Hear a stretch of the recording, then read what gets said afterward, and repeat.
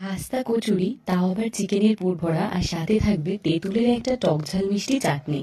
এটা কিন্তু সন্ধ্যের জলখাবারে বেশ লাগবে। এই টকঝাল মিষ্টি চাটনিটা বানানোর জন্য প্রথমেই গরম জলে তেঁতুলের কাঁধটাকে বের করে নেব। তেলের মধ্যে অল্প কাশ্মীরি লঙ্কার গুঁড়ো দিয়ে তেঁতুলের কাঁধ দিয়ে বিট নুন আর চিনি দিয়ে খুব ভালো করে ফুটিয়ে নিলে রেডি হয়ে যাবে আমাদের টকঝাল মিষ্টি চাটনি।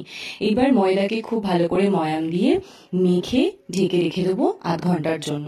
ময়ামের মধ্যে কিন্তু আমি তেল, চিনি, নুনের সাথে দিয়েছি বেকিং সোডা। চিকেনের পুর তৈরি করবার জন্য সলিড পিসে আমি আদা, রসুন, কাঁচা লঙ্কা দিয়ে ব্লেন্ড করে নিয়েছি, আর টক দইয়ের মধ্যে সমস্ত রেগুলার মশলাকে মিক্স করে রেখেছি। এইবার তেলে পেঁয়াজ ভাজা ভাজা করে নিয়ে তার মধ্যে দিয়ে দেবো সেই কিমা করে রাখা চিকেনটা। তার সাথে অ্যাড করব সেই দই দিয়ে যে রেগুলার মশলার একটা মিক্স তৈরি করে রেখেছিলাম, সেটা খুব ভালো করে 10-15 মিনিট রান্না করে নিতে হবে।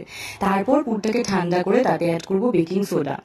এইবার কচুরির ভিতরে পুরটাকে ভরে কচুরির শেপে দিয়ে নেবো, আর এই বেকিং সোডাটা দেওয়ার জন্য ভেতর থেকে কচুরিটাকে ফুলতে সাহায্য করবে। তোমরা কিন্তু একদম লো ফ্লেমে ভাজবে, আর খাস্তা কচুরি খুব বড় সাইজের হয় না, তাই সাইজটাকে মাথায় রাখতে হবে। তেলে দেওয়ার পর কিন্তু খুব সুন্দর এরকম গোল গোল ফুলে যাবে। এইরকম খাস্তা কচুরির সাথে এইরকম ইয়াম্মি একটা চাটনি সন্ধেটাকে জমাবেই জমাবে।